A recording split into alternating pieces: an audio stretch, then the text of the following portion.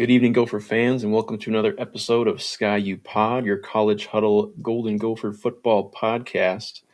This Saturday, Kurt, at 11 a.m. from the friendly confines of Wrigley Field, your 6-4 Minnesotan Golden Gophers will face off the 5-5 Northwestern Wildcats. Unfortunately, not Northwestern State again. Yeah. Should be a tough road battle. Northwestern coming off that tough loss against Michigan, where they also played at Wrigley, so they've got one game in hand at the old ball field. Could be a little bit of a interesting field surface situation. It seemed like there's a chance of rain Friday, so we'll see how it goes. It could be an ugly one. I'm sure we're all expecting low scoring, but I guess how you doing tonight, Kurt? And what are your thoughts leading into this game? Yeah, I'm doing well, Max. Yeah, man, 11 a.m. against Northwestern on the road. You never feel good about it. Now you add in they don't have the long grass of oh man, I'm already forgetting their old stadium's name. Uh anyway, but they used to the joke was the grass was like 5 inches long that we need to go on the road to play Northwestern just to slow you down and wet. And now I think the grass obviously will be pretty wet, and it was already looking pretty sloppy at the end of the Michigan Northwestern game from last week. So I don't know if it's how quickly they get it back into shape here in Right. the off season on a baseball field surface technically, but we'll see. We know what they're going to want to do, and they know what we're going to want to do. So it should be I think this is truly a coach's matchup when you look at it, because I think the players are pretty similar in skill. I think overall, I'd give the edge to Northwestern's offensive line over ours if you compared the units straight up. But other than that, I mean, pretty even matchup, I think, with looking at the players' talent. Um, One thing that popped up today that I thought we'd talk about here. Full disclosure, fans, I might have told our guest the wrong time, so I'm not sure if he's going to be joining us here. Eric from the Westlot Pirates. I might have messed up the communication there, or he's just ghosting us and playing mind games, sending a message early. We'll see which one it is, but if not, we'll still do a breakdown. But yeah, so some news hit today, Max. This is Tony Liebert's Twitter account. He's got it all nicely put into one spot here, so I'll just go into that. Freshman running back Trey Berry no longer listed on the roster. The Gophers now have 6 running backs on the roster, and AJ Turner's out for the year. Your running backs currently now are Darius Taylor, Femi Ejeboy, Cam Davis, Grant Washington, who's a freshman, and Xavier Rowe, true freshman. But we still have an impressive 3-player running back group committed in the 2026 class. That being with the highly touted kid out of Texas, who I'm blanking on his name right now. But just some Gopher news dropping earlier today before we record, Max. I mean, you had 3 freshmen on the roster. You lose Barry. I don't know. Does it mean that we're adding 3 more running backs in the portal like we seem to do every year now to you, or is that just a nothing burger of a kid that looked around the room and what's probably coming back and decided, hey, I'm just going to get my name out there? Yeah, probably more of a nothing burger at this point. We've already seen some freshmen play, and none of them have been him. So Right. it's a loaded room. A lot of bodies in there already. A lot of guys getting some quality playing time, and if it's not you, then you can find another place to play if that's what you want to do, and Right. can't really blame them. And you see the guys coming in too. You're probably, like you said, he's probably looking around, going, "Well, I can enjoy practice squad." So All right. Our guest will be joining shortly. Um, this is good. Okay. Sorry, this is kind of a mosh posh here at the start. Um, Speaking of the running back room, really quick though, just to finish off this point, talk about if Darius comes back because he's got a 4th year. I think AJ Turner had another year regardless, but even if he doesn't, I'm pretty sure he's eligible for a medical redshirt at this point. So you bring those 2 yeah, back. Hopefully Femi comes back too, if even it's all 3 of those. And then, like we said, we got the freshmen that have played a little bit this year. and the guy you recruited that's getting a ton of attention out of Texas. I hope we hold on to him here as signing date closes in. But um, Right. yeah, running back room. I like it this year, but it could be exciting again already for Definitely. next year. So a lot of Yeah. time though to get to that. Yeah. At this point, it seems like we definitely shouldn't need any portal additions, even just with one freshman leaving. I think we'll probably get into that a lot in the offseason, just where our targeted positions should be. And I think there's probably a future topic we can talk about of it's hard to know because we don't really see the dollar amounts and we don't see all the numbers, but like how much money is just sitting on the bench right now that we've got in the transfer portal? Mm, Like a it's lot. a little bit unfortunate, but it's the way she goes, I guess. Yeah, we'll get into that later. Definitely. Yeah.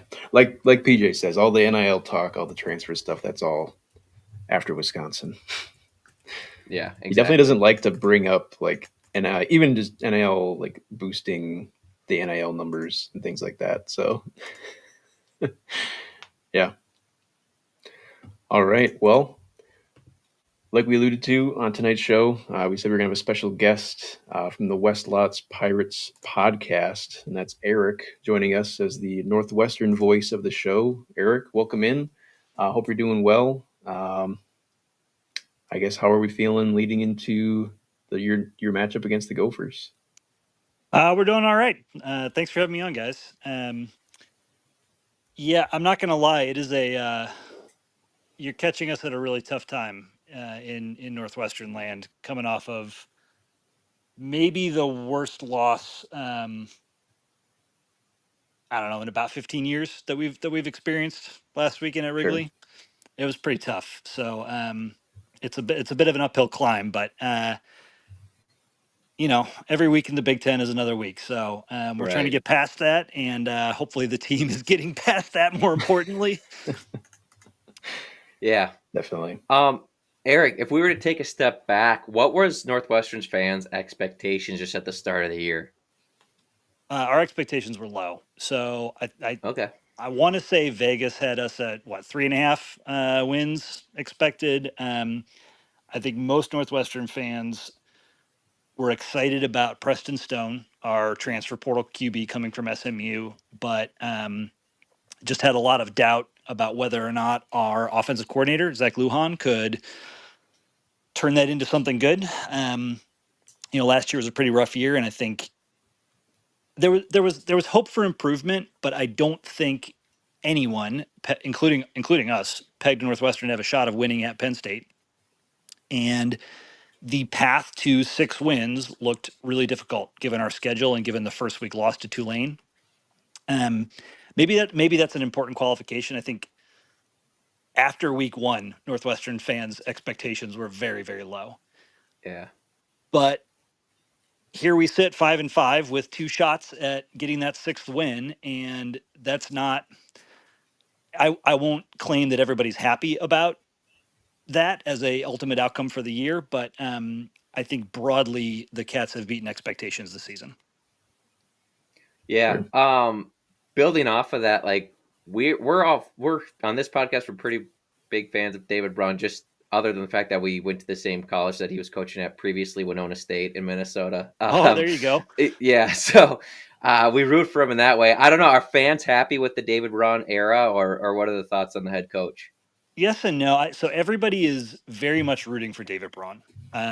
He exudes all the things that you want of a head coach, and particularly at a school like Northwestern, where we've got the academic pieces. We're coming off of the scandal that led to Pat Fitzgerald's dismissal, Sure. and Braun has handled all of that exceptionally well. I think, as with any coach that is not winning all his games, there are frustrations with clock management, with personnel, with scheme, all the typical things. But I would say in general, everyone really likes Coach Braun. Everybody wants Coach Braun to succeed.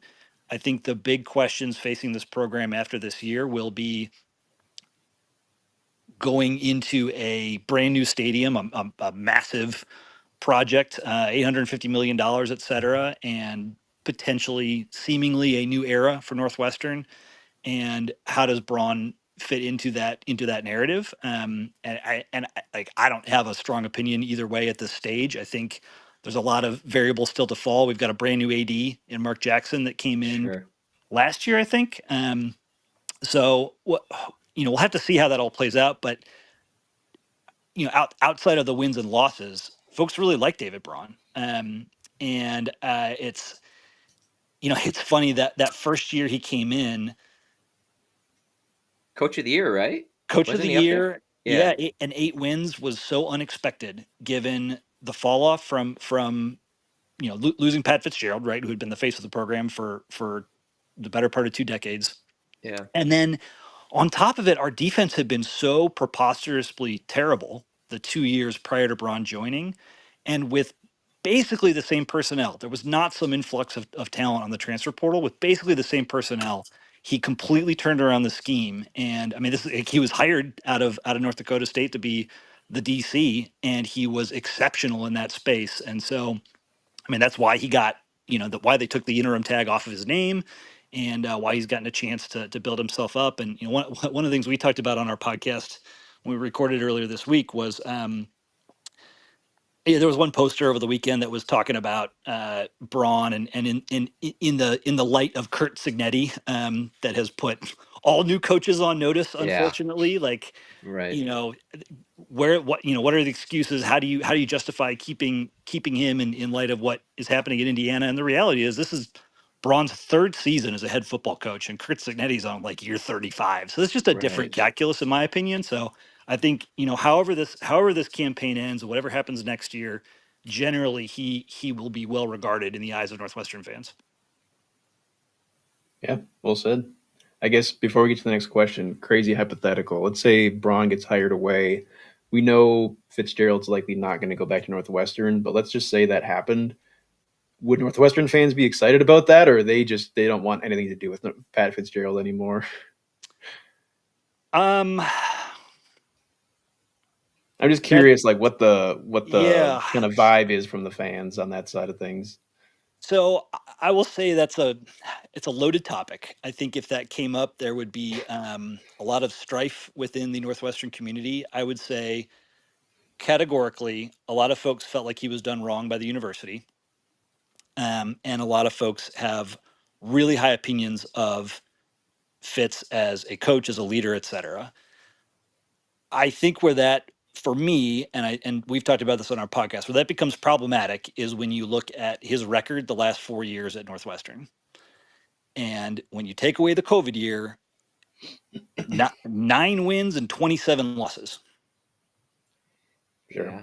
And I like Probably. I you can't for whatever else has transpired under the bridge, you just can't go back to that record. There's a lot of when the media was talking about him as a potential guy at Penn State, and I think there's a lot of we're hearing a lot of swirl about Northern Illinois, or assistant jobs at Iowa, et cetera. There's a lot of talk about his overall record, which at Northwestern was great. I think 110 and 101 overall. He had an overall winning record. Maybe the first Northwestern coach that's ever done that from a career perspective.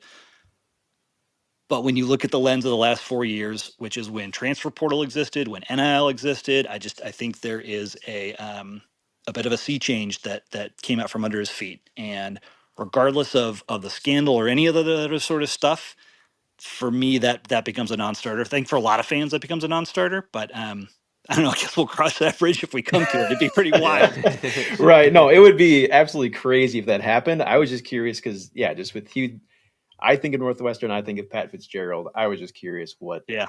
from the fans' perspective, you guys Well, thought, but that's I'll that's probably the right mentality to have, right? You guys want to win, so exactly. And I like everything this program and the school has done in the last 3 years has been, or really 5 years, has been in service of trying to be on par with the rest of the Big Ten in terms of how we prioritize right. athletics, how we fund athletics, how we think about athletics, and that would be a step in the wrong direction. I think much. I mean, I'll just throw this out there that the first phone call, whether or not he would pick up the phone or entertain it, would be Mike Kafka, who's now interim head coach at the New York Giants, former Northwestern quarterback.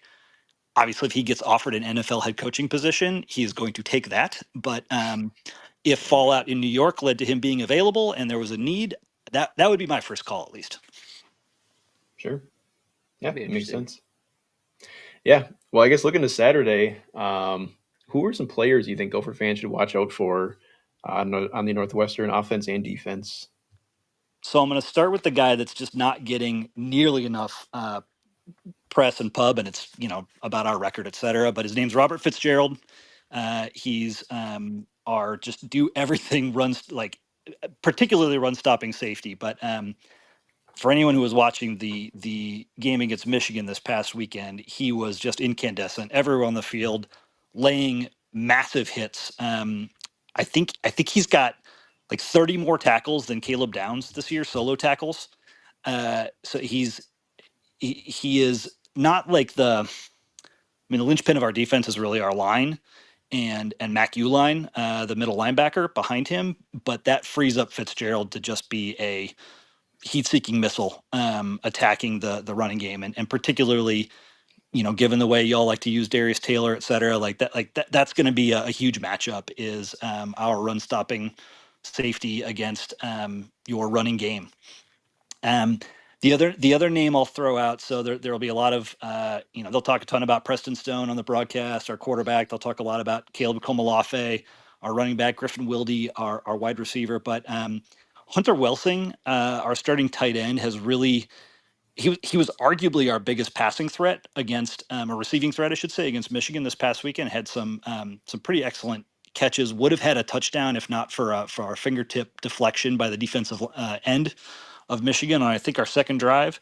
Um, and then the last one to keep note of is Aiden Hubbard. So Aiden Hubbard is our leading. He leads the team in sacks.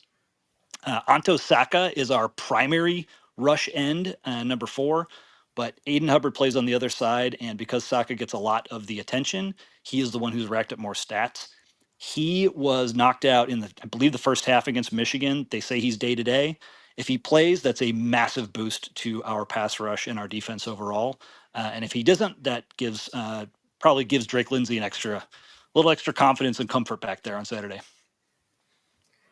Let's stick with the defense for just a second here, because they've been so solid, and I just, how do I want to phrase this? It's not like Northwestern has like the Gophers don't either, but like the athletes of like the upper tier, but they seem so sound. I don't know. Would you say like that are there star players that carry the defense? Because as an outsider watching it, it all just seems so cohesive. So I just wanted your take on that side of it. If that Yeah, makes so sense. so outside of Fitzgerald, who I talked about earlier, I mean, Mac Uline is an exceptional linebacker, but he's not a guy that's going to play at the next level, most likely. Right. Saka will be on radar for the NFL draft as a defensive end. Hubbard potentially as well. Our defensive tackles are really strong and stout, but they would be at best kind of late round considerations. Sure. I would think.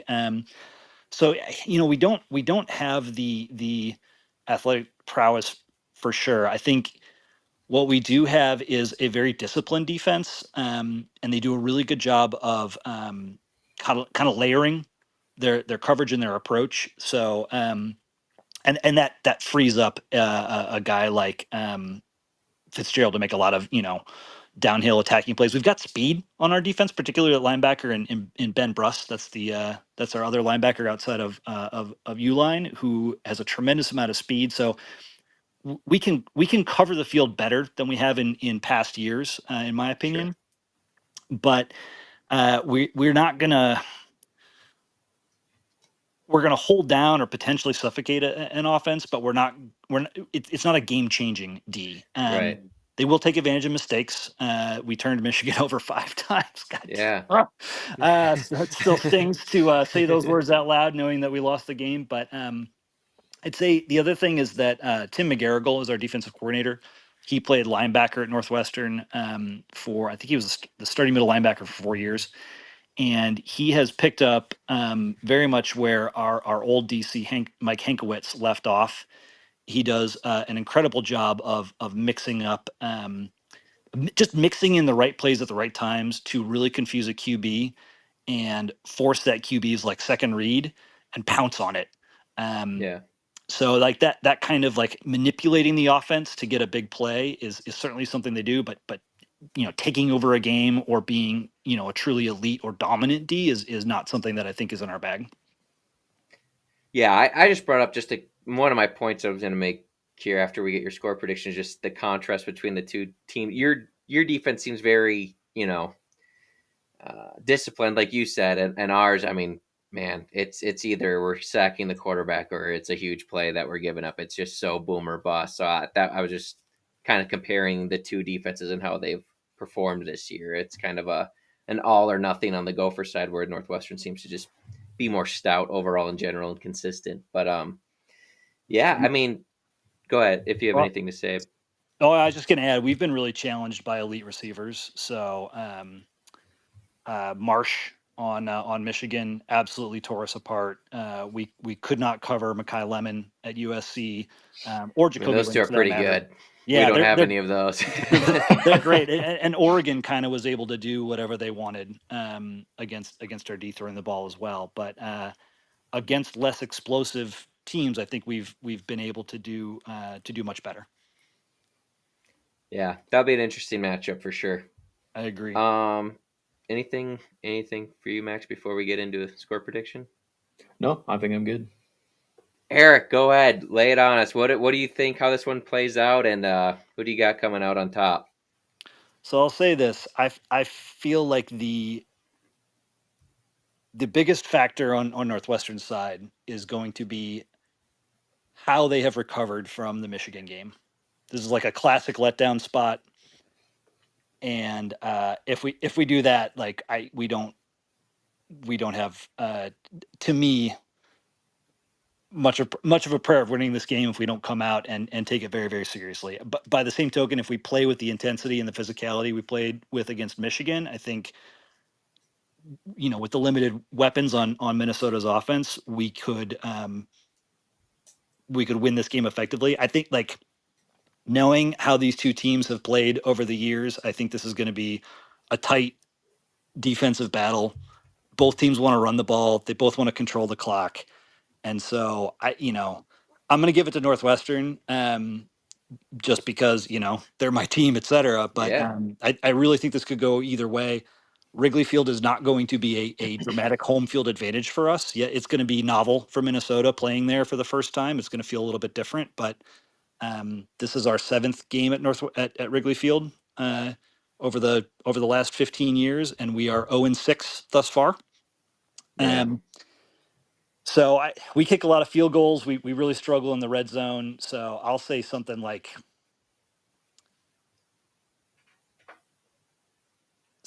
not 16, 23-20, 23-20 Okay. Northwestern. If So you got a Gophers cover at the moment. I think we're I, three I and a half point dogs. yeah, I think Gophers cover is pretty likely. Northwestern's not going to score a lot more points than the low 20s, and so it will come down a lot to the health of Darius Taylor and the effectiveness of Drake Lindsay against our defense. And if you guys can put up 28-30, I think you're in good shape. All right. Yeah, makes Awesome. Thanks, sense. Eric. Why don't you go ahead and let everyone know where they can find your guys' stuff, and we'll let you get out of here. Sure. Yeah. So we're the Westlot Pirates, and we're from westlotpirates.com at Westlot Pirates on whatever the platform is. We are, I think, the only Northwestern podcast. We've been around for a little over 15 years. So this is labor of love, but this That's is our sweet. team, so that's why we do it. Hey, we're in the same boat there. There's not a there's not a ton of Gopher fan podcasts. There are a few, but no, you guys have had some higher highs than we have recently. That's for or in the last decade, I'd say for sure. But no. All right. Appreciate you joining, Eric. That was good stuff. Cheers, Yeah, guys. Thanks for having me on. yeah. Thanks, Eric. All right. All right, Max, you heard Eric's prediction. I can't blame him at all for having Northwestern pull out in front, pulling this one out. It is going to be interesting. Like, I think it's funny how we talk about Northwestern's not going to score a lot, although watching that Michigan game, they can run the ball. Like it's not as dominant as Iowa's or anything, but they can get a push for sure. They got good backs. And then I still thought like they were able to scheme receivers at least open for one-on-one shots, like better than what I feel like the Gophers have been generating. And I don't think the athletes are too terribly like I think overall our receiver room looks deeper than theirs. But you know, with the lack of soundness in coverage, I'm very curious to see how this looks. I could see a game coming out where we know they want to run, so we're really loading up the run, and we get them to like third and forever, and we got them right where we want them, but we just lose track of a guy like we saw kind of against Oregon. But I don't know. Right. What are your thoughts? Somebody said, Yeah, I mean it makes sense. Like, yeah, Northwestern, they're going to play. They're a very run heavy team. They're going to play disciplined football. I think I look. Both of these teams are in top 10 in penalty yards against, or total penalties against, I guess. So it's not going to be like a ton of mistakes in that sense. I know it looks like Northwestern turns the ball over a decent amount, but I think that might be skewed because Preston Stone threw four the Tulane interceptions the game. very first game. Yeah. Yeah. So since then, it's been cleaned up quite a bit. And yeah, even just like in the pass game too, like by the numbers, it doesn't look all that great. But you watch it, I mean, they could get vertical, and that Wildy, that he's a transfer from SDSU. I mean, he's quick, he's speedy, and he made some huge catches against Michigan. Um, so if our zone coverage is going to look the way it's looked all year, I mean, guys against if Purdue didn't drop a million passes, Right. that would have ended differently. We saw what Michigan State did, and that kid could sling it a little bit. Their backup and some of their receivers who we just left wide open. So there's no reason Northwestern could take advantage of our mistakes, but at the same time, if we just play discipline on defense and kind of obviously if the pass rush is going to be what it's been at its best, then it might not all matter. If we can stop the run Yeah. enough and not give up any huge explosive runs, then it could go a little bit more the way of like a Nebraska game where the D line just takes over, and at that point, it's just making sure Yeah. the offense gets 20 points. I think that's what they're gonna do. If I were to guess, I think Danny Collins goes, Right. you know what? They got, not that Northwestern doesn't have any dudes, but we're just gonna take our chances at manning up with them and just blitzing the crap out of Preston Stone when it's a passing situation, and just Yeah. hope that we get there in time because our zone coverage has just been terrible as we've seen. It's Right. not it's not generating really. We don't confuse anybody except ourselves, it looks like, when we try and play it. So I think they're just going to be like, you know Right. what? Obviously, give safety help to their top guy, but other than that, just man up and let Anthony Smith, Carter Mentz, Jackson Howard, Devin Easton, Right. whoever it is, try and get home. So it'll be interesting. Northwestern does have a good offensive line, so it's going to be very curious to see how that one plays out. Definitely. I don't know. I guess we can go into it. Gopher, what are your Gopher keys to victory for this one? Yeah, I guess just offensively too, like watching a little bit, Northwestern does also play a little bit like that soft zone structure where they're way more disciplined at it than we are, but it seems like that has been something that Harbaugh seems to prefer, and it seems like he tries to get in sets or formations that will force a defense into zone coverage. And if they're going to play a soft zone, um, less like in Iowa and more like what we do, then hopefully we can get guys in some space. It's going to be just a matter of protecting Lindsey.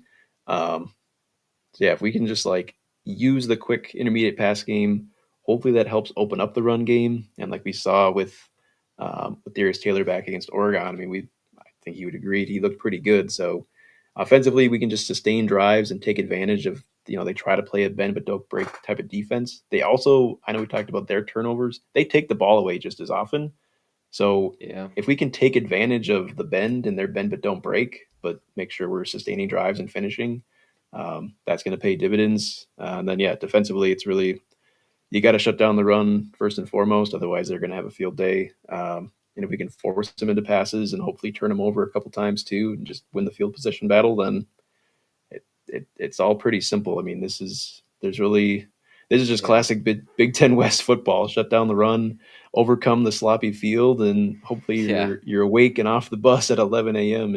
in well, I guess not even Evanston, in Chicago, but yeah, that's the third key. Is just we got to wake up early because we have not started well in the first quarter of any game, and we have not started well early in any road game until No, maybe the end of the until we're second down a quarter. couple scores.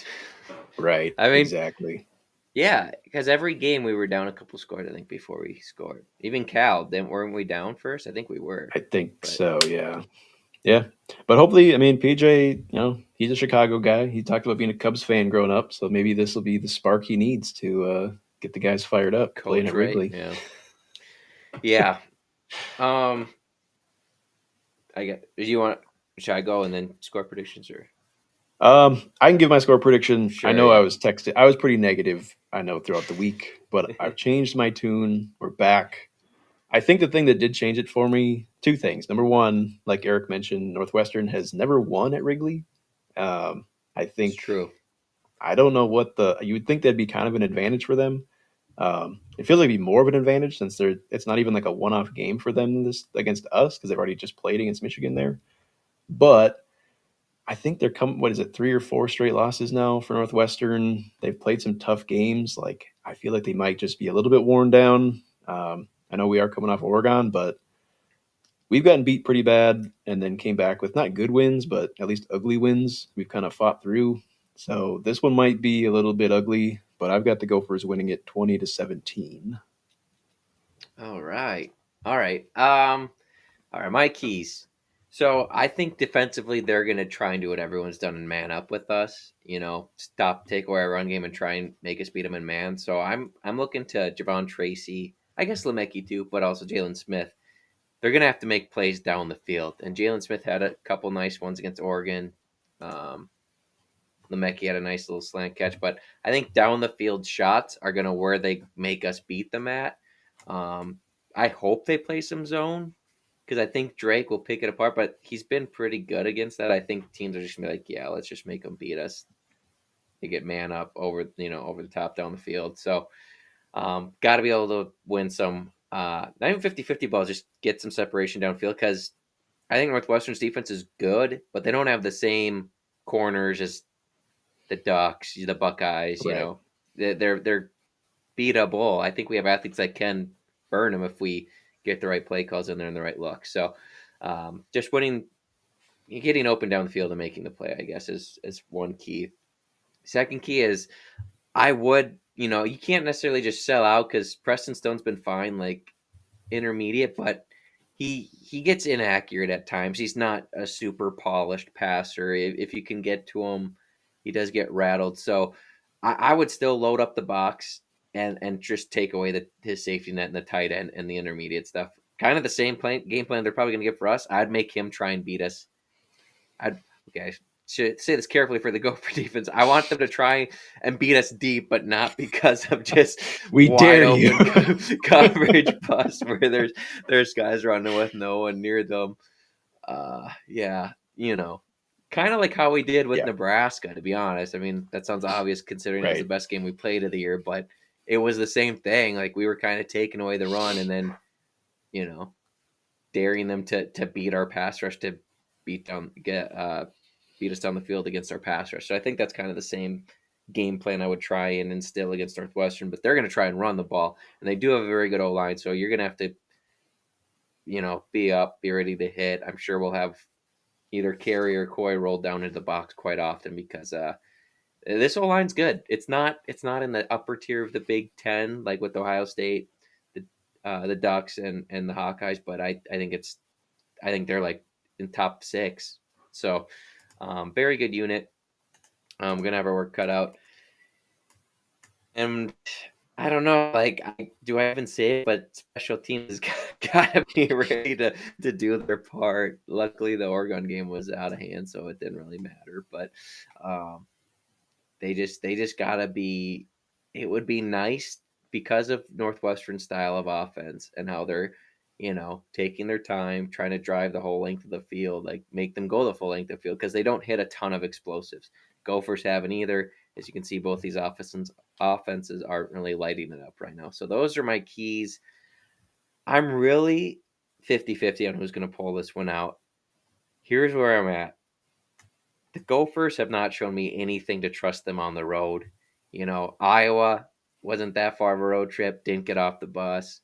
Northwestern, a little bit further than that, I guess. I just haven't seen it yet, and I trust Northwestern to play more discipline than the Gophers with regards to not giving up big plays. So unfortunately, I'm gonna go with the Wildcats here. I got like a 23-17 Northwestern W here. Not trying to be overly negative. I just I don't know. I don't have a lot of faith in this it's really the defense for me. Like Right. the offense is going to have their challenges because Northwestern's got a stout front. I mean, one thing that makes me hate picking against the Gophers is how good Darius looked last game. Despite the loss, Darius looked back to as good as ever, in my opinion, quite honestly. So I think if he's back running like how he did last week,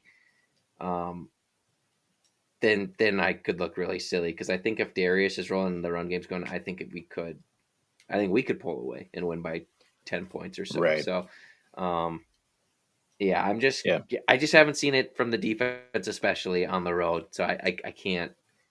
Right. I'm going Wildcats. I know.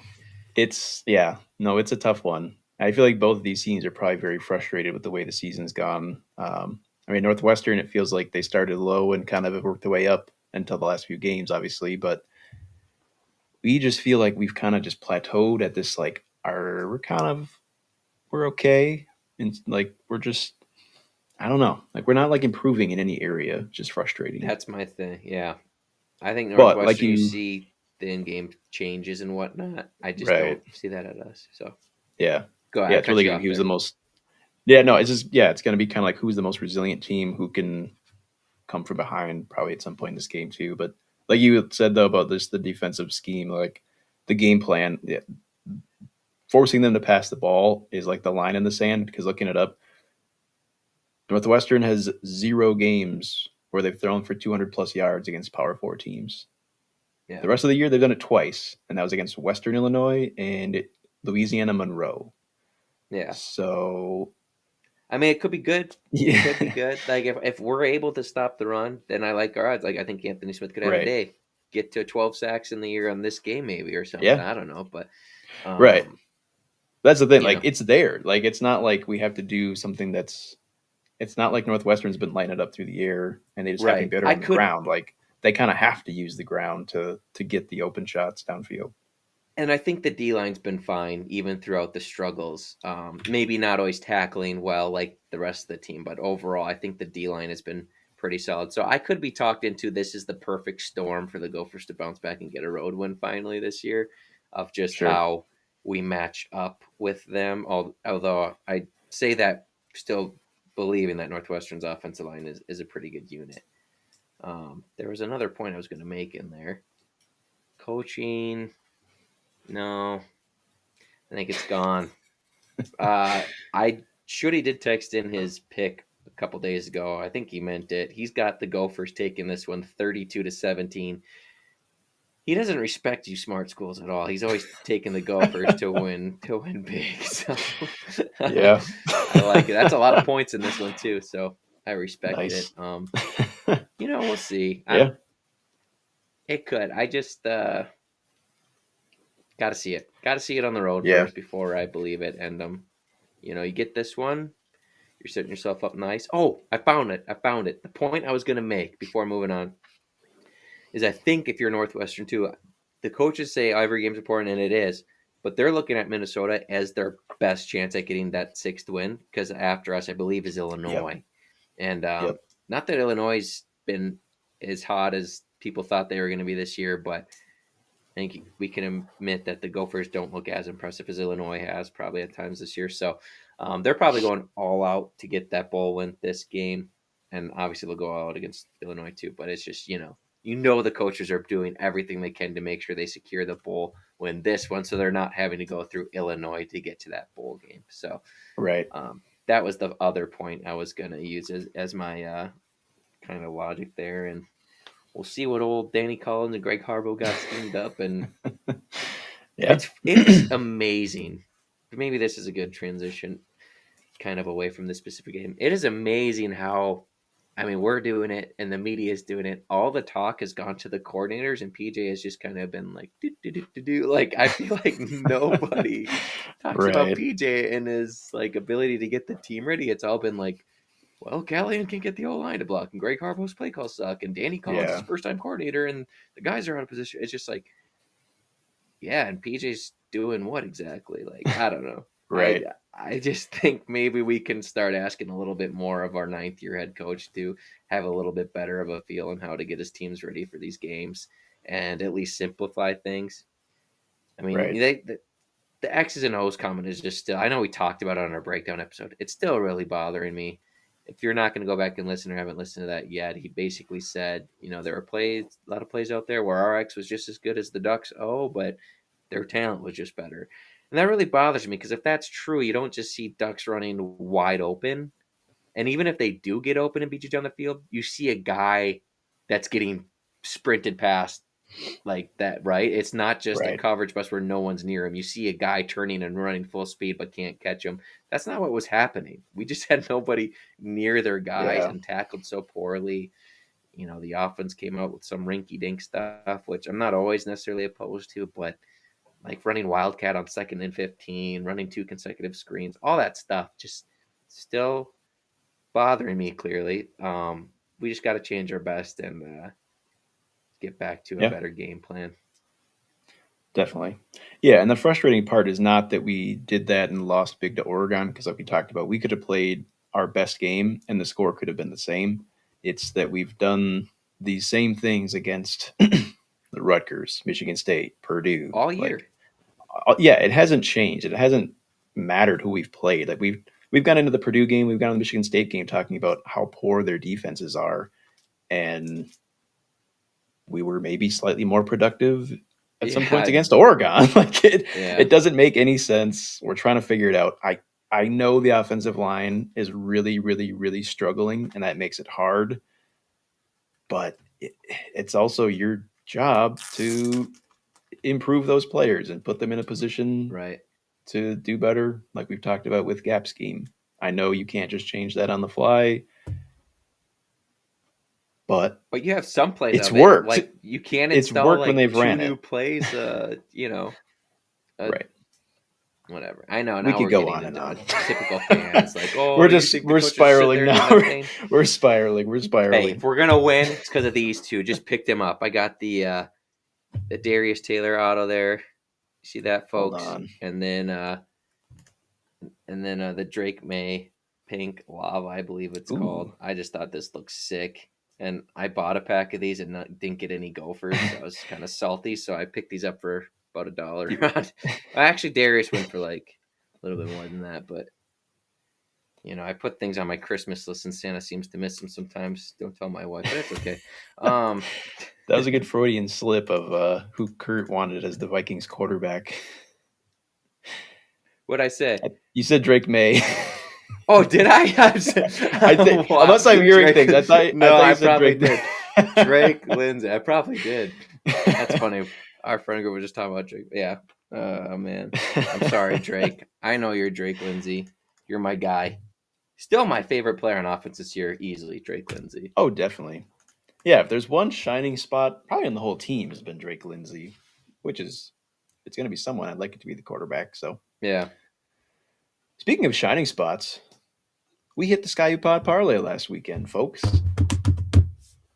I know we told you to fade us.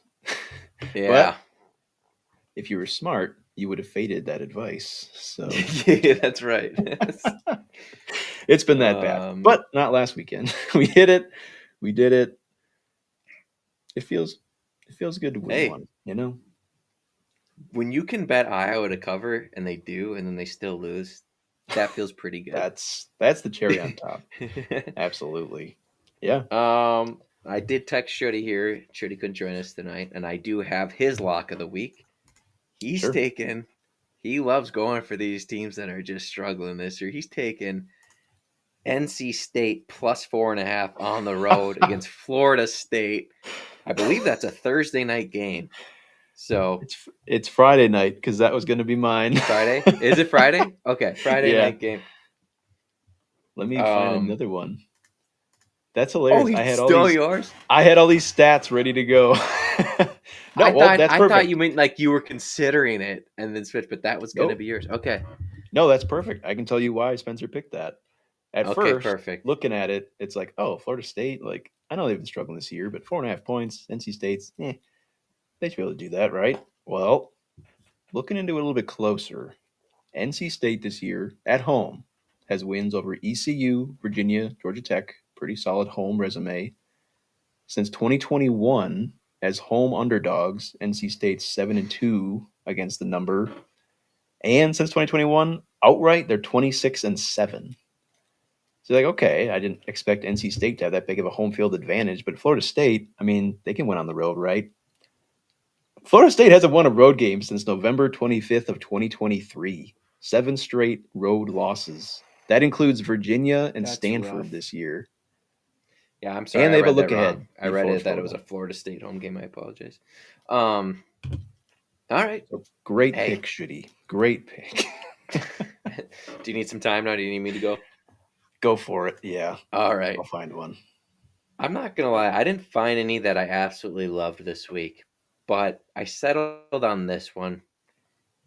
I like to pick when I don't know what to do. I try and find a team that's struggling and pick against them. Max, you've used that same logic a few times this year. Colorado, folks, has been brutal this year. And I know Arizona State's without their starting QB, but they're 6.5 point favorites on the road at Colorado. There's just not a lot of good mojo going for the Buffs right now. I'm taking the Sun Devils to get it done. Sounds like their coach is going to stay. They're using their backup quarterback now. Who cares what Sam Levitt goes on to do potentially in the portal? I'm taking the Sun Devils minus 6.5 against Colorado. I like it. Yeah. Colorado has been struggling for sure. Let's see. Man, between two, I think one of these teams, I think one of those is not going to end well. We're going to go back to the well. I picked week 1, I picked Tulane as my lock against Northwestern. So what a better week than Northwestern week to ride with the Tulane Green Wave again, minus the 7.5 at Temple. Better Temple team, not your grandpa's Temple, but Tulane should have no problem with them. I think I saw they're wearing some pretty interesting uniforms as well, if I'm not mistaken. Tulane, they're wearing their New Orleans jerseys. So we'll go with the Green Wave, the ranked Tulane Green Wave. That's right. Man, the college football playoff rankings just dropped. Right now, do Any you know how it would? surprises? The Ducks did not jump Ole Miss. Is that a surprise? So you're 1 seed right Well, now.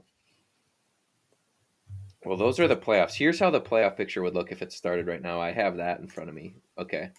So you have Ohio State, a 1 seed, who would be waiting the winner of the 8 seed Oklahoma and the 9 seed Notre Dame, which that's an amazing game to start with.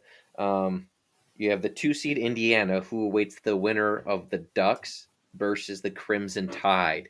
So Oregon's the 7 seed there. Bama's the 10 seed. A&M's at the 3rd spot, waiting the winner of Ole Miss at 6. And Miami as the 11 seed. Miami's up there now? Interesting. Okay. This is current, right? Yeah, it is. Okay. Is that just predicting them to win it then? It must be. Like the ACC. I guess. And then you have Georgia, the 4 seed, playing the winner of Texas Tech and Tulane. I guess my initial thoughts are I would rather play like if I'm Ohio State, I would rather have I think I'd rather have A&M or Georgia spot, to be honest. I would rather Yeah, play. I would rather play the winner of Ole Miss and Miami than the winner of Oklahoma Notre Dame. yeah, I would as well. I'm not a believer in Ole Miss, as No, in I they're think obviously good, but I think they're I think they're I don't know. I think they're very beatable. yeah, like I think Ole Miss is explosive in a tough matchup for some teams, but for Ohio State, I'd rather face Ole Miss's defense than Notre Dame's or Oklahoma's. Would be Yeah. my thought. But yeah, hey, my Tulane Green Wave Oh, in the playoff. yeah, they are. I guess Yeah, that's the surprise then, right? Because Georgia, I think, or were they always ahead of Tech? They were always ahead of Tech. I think this bodes well, yeah. though. Let me think this through, because I think this bodes well for Texas Tech to end up in one of those 4 spots if they win out. Because, mm, I guess it depends how it all shakes out, obviously. But if Georgia wins out, they're still out of the conference championship game. And so, would Texas Tech be able to win their conference and leapfrog Georgia in for the 4 spot? I got to imagine so. It almost doesn't even matter at that point. Like, I mean, yes, you have to play that Tulane team, but I think it's going to be Georgia and Texas Tech battling it out for that 4 spot. That'll be interesting. What gets really interesting if A&M loses, A&M basically can't miss it at this point. The playoffs, because they Right. have 2 games left. Correct? Texas. They end the year with Yeah. Texas, They ended the year with Texas, and they probably and play nobody do they have a this week. cupcake this week? I think every SEC team does. It seems like it's that time of the Yeah, year. they always give Think- themselves a break. Raiders football gets Yeah, good. We got a comment here. I guess Tennessee is still ranked. Tennessee ranked 23 is ridiculous from Jason Felton. That is ridiculous. I've yet to see the full yeah. 25 listing years. I'm trying to find it on Twitter. But yeah, I know Tennessee. the So Vegas. Tennessee. I Go know the ahead. Vegas odds don't mean anything to the rankings and like how they do it, but like you would think a top 25 team would be like a 10-point favorite against the Florida right now, and they're only like 4.5-point favorites. Well, it's not Like, like Florida's fired their coach and moved on. And right? yeah, that just Yeah, goes to show you how much preseason rankings matter, though, because that's all Tennessee's clinging yeah, to. I think you could argue that's all Missouri's clinging to as well. Missouri comes in at 22. right. Is this right? Yeah, Like I you could think. argue a Nebraska or Wait, is Louisville I have. ranked? Oh, they have Tennessee as high as 20 according to this graphic. Yeah, Tennessee's up to 20. It's probably a typo on our viewers' part. Anyway, um, did Virginia win big last week over Duke? I know a lot They of people did. liked them to drop that one, and they Yeah, stayed at 19. I'm not saying they should necessarily be above any of the teams above them. I just like seeing Virginia at 19, who everyone's been counting out, and then Tennessee's right behind them was just there because they're in the SEC and have beaten all the crap teams. I don't know. I just think that shows a lot. And why is Tennessee ahead of Illinois? At least Illinois is beating number 15. Like they're right next to each right. other. Illinois is 21. Why is Yeah, Tennessee Tennessee ahead of has Illinois? no. They just get a pass because they lost to good teams. They've beaten no Which one. I would argue Illinois has as well. But all Right, right. right. Yeah, that's crazy. Hey, Arizona State snuck in as ranked this week as well. Like I said, There we like go. those bottom teams, I get it. Like you got to put somebody there, but like they Yeah, always err on the side of shoving in these SEC teams right. that are like, hey, they're hovering around 500 and they had high Well, expectations. So yeah.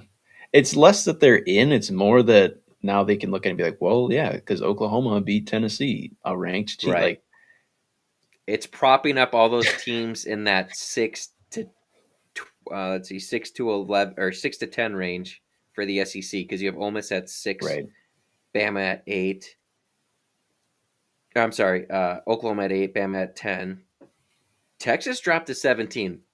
And I'm glad. I thought they would have not fallen as much just because it was Georgia.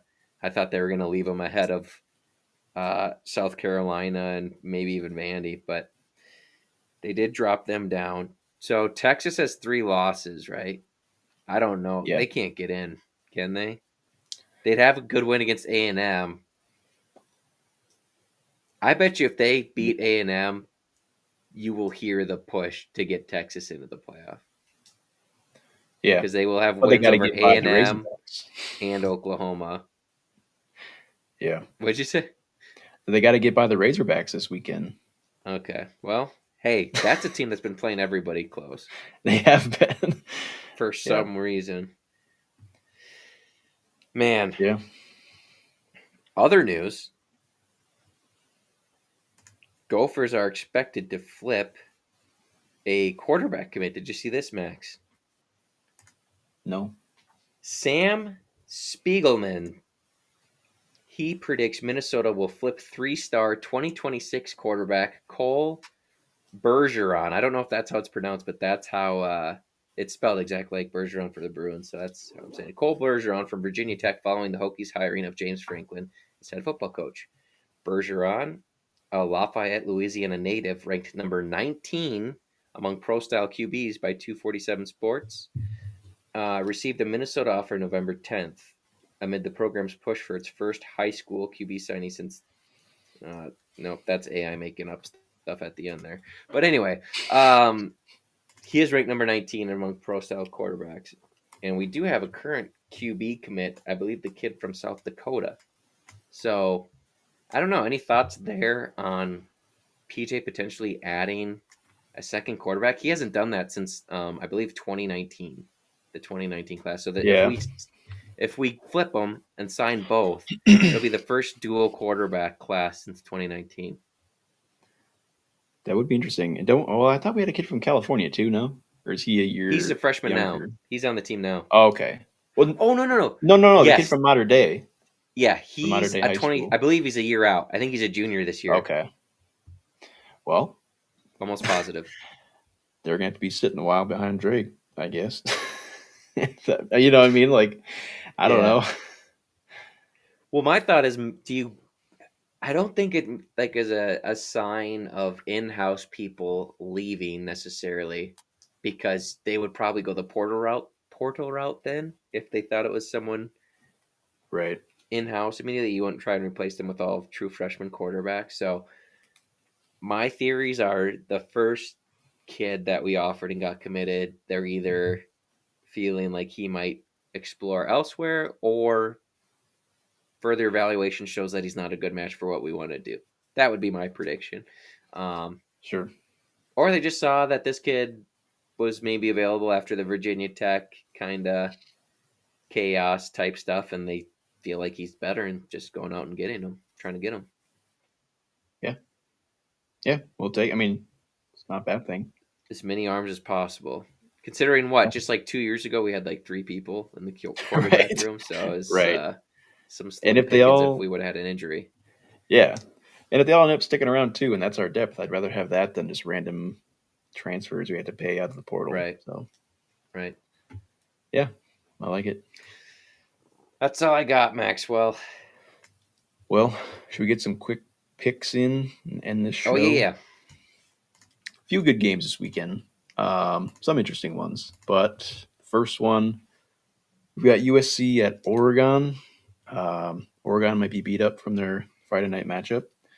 They are a 10.5-point favorite Might be against the winded from all the Trojans. sprints they ran. Yeah, right.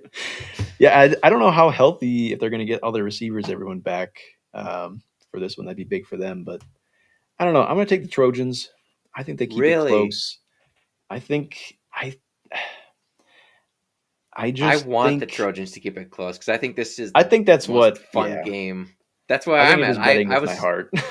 Yeah, I really want the Trojans to keep it close and just make it a game. And I'm not saying they couldn't. Like they have great weapons. Honestly, everywhere. The running backs have been good too. I I don't trust the defense though. I know they beat Iowa. yeah. Tremendous comeback win. I don't know. It is 9.5. I'll go with you. I'll take the Trojans. I don't feel good about it though. I feel like Yeah, it's a 10.5. but oh, it's Or up at to least it 10.5. was. Okay. No, that's good. That's what I We'll wrote take down. 10.5. Yeah, that's Yeah. good. All right. Next one, Michigan is at Maryland. Maryland is a 13.5 point underdog. Sounds like Mike Loxley is coming back next year, which I was Yeah. surprised to see. They're going to put more resources into it. So good for old Mike Loxley and the Terrapins. I guess which side would you lean in this one? Maryland is Maryland. and yeah, I think the news of Loxley coming back, I'm not going to say it gives them a spark at all. I just don't think Michigan is playing that well on offense, to be honest. So, because of the amount of points, I'm going to take Maryland to cover, but I don't feel great about that, and I still think Michigan wins. And Maryland might even have a chance at the end of the game, but I think they'll blow it because that's just how they that's how they play post September. Right. So, Yeah, definitely. side note on the coaching thing, like that's what every coach gets told. We're going to invest in the coach and pour more into the football team. It's like, why you weren't doing that already? You But had that's all what teams that say. Under Armour Wisconsin came out money. and said that. Yeah, Wisconsin came out and said Yeah, that with Fickle. I'm waiting right. for us to come out and say that about PJ. Maybe Coy will donate half his salary to the assistant coaching pool. That guy's useless. Anyway, that's a different pod. Okay. Next one, Pitt at Georgia Tech. Georgia Tech's a 2.5 point favorite. I think Norduzzi cares about this one, so I'll take Pitt. Well, that is the impression he gave, right? I'm sorry. I'm sorry. I missed that. Who's getting the points here? Georgia Tech is a 2.5 point home favorite, Yeah, and they've kind of been scuffling a little they bit. have, and I think it's because they just have to run their QB so dang much. They Yeah, just keep running him to brick wall after brick wall, but he keeps going and he wins. So yeah, give me Georgia Tech, I guess, at home. I don't feel good yeah, about that one either. Like I said, I had a hard time finding a lock this week, but we'll see how these go. yeah. Next two out of the Big Ten, Nebraska goes to Penn State. Penn State's a 9.5 point favorite. Yeah, isn't that I don't crazy? know. Like, it's like Nebraska's still Nebraska on defense. They still got the run game. I know they're soft. That's the thing. It's like they're soft. Do they have enough pride to come Yeah, out and yeah. I'm gonna. I'll take the Nittany Lions just to bounce back. But yeah. it's just It devastating was a after. It's a bigger number than I thought it was going to be, but I think it's like one of those Vegas nose lines. So I'm going to take the Nittany Yeah, Lions as well. yeah. The backup quarterback has looked good though for the Huskers. I think he's looked pretty He solid. has. He has. It was unbelievable that they were an underdog at UCLA. That made no sense. But Yeah, that was interesting. let's see. Big Ten, Illinois at Wisconsin. Wisconsin, the 8.5 point home underdog. I like Illinois. Really. So here's the thing. Bielema returns home. I believe it's his first time coaching at Camp Randall since Yeah. leaving. And I think So he wants to punish. that's what I was gonna say. It's like who wants this more? Because I don't know who wants to like do this more. Fickle want to be like, I can't come out and get crushed by this guy, like the guy that everyone, you know, Right. kind of. I mean, I don't think. I think Badger fans kind of soured on Bielema when he left for Arkansas. Be like, okay, you think you're better than us, type thing. But I think they would take him back in a heartbeat if they could. So yeah, I don't know who's gonna motivate more. Wisconsin's defensive line's impressive, and Illinois' O line is not. So this is Yeah. gonna be a game for a while. It's at 8.5. You said. Yeah. Wisconsin really has turned it around. Like their schedule's done them no favors. We knew that. I Yeah, the They've defense is looked just more good, alive than but they have despite given the up some shots down the abysmal field. offense. Yeah, they have given up shots down the field. I think Illinois just slightly outclasses them, but I don't think it's a big cover. I'll take Illinois though. Yeah. I don't feel good about that one either. Yeah. Last one, night game, Big 12 matchup. BYU is at Cincinnati. Cincinnati's a 2.5 point home dog. Um, I just it scares me BYU away from home, but I think they're just the much better team. We all saw what happened against Texas Tech, but like then they just had no Yeah. problem with TCU. So I'll take the Cougars.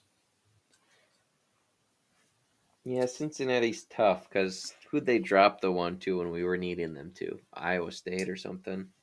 I can't remember. We picked one of those games, or I was considering picking one of those games, and they really struggled when I liked them. So yeah, I don't really trust Cincinnati either. I mean, they lost to Nebraska, so I'll take I'll take I'll take BYU. That is that's how you handicap folks. Did they Yeah. lose to Nebraska? All right. Well, hopefully the Gophers can get a dub on Saturday, leading us into feeling a little more confident going into Axe Week. But we're not going to look ahead yet. Um, so yeah, that's our preview episode. Thanks everyone for tuning in to Sky U Pod. Please like and subscribe; really helps out the show and our channel. You can find us on YouTube, X, Spotify, anywhere you like to listen to podcasts. And then do be sure to check out our partners website at thecollegehuddle.com for more podcasts and articles and all things college football. Do check out the West Lot Pirates podcast. They've done a lot of good work for covering Northwestern football. So thanks again. Have a great night and go Gophers.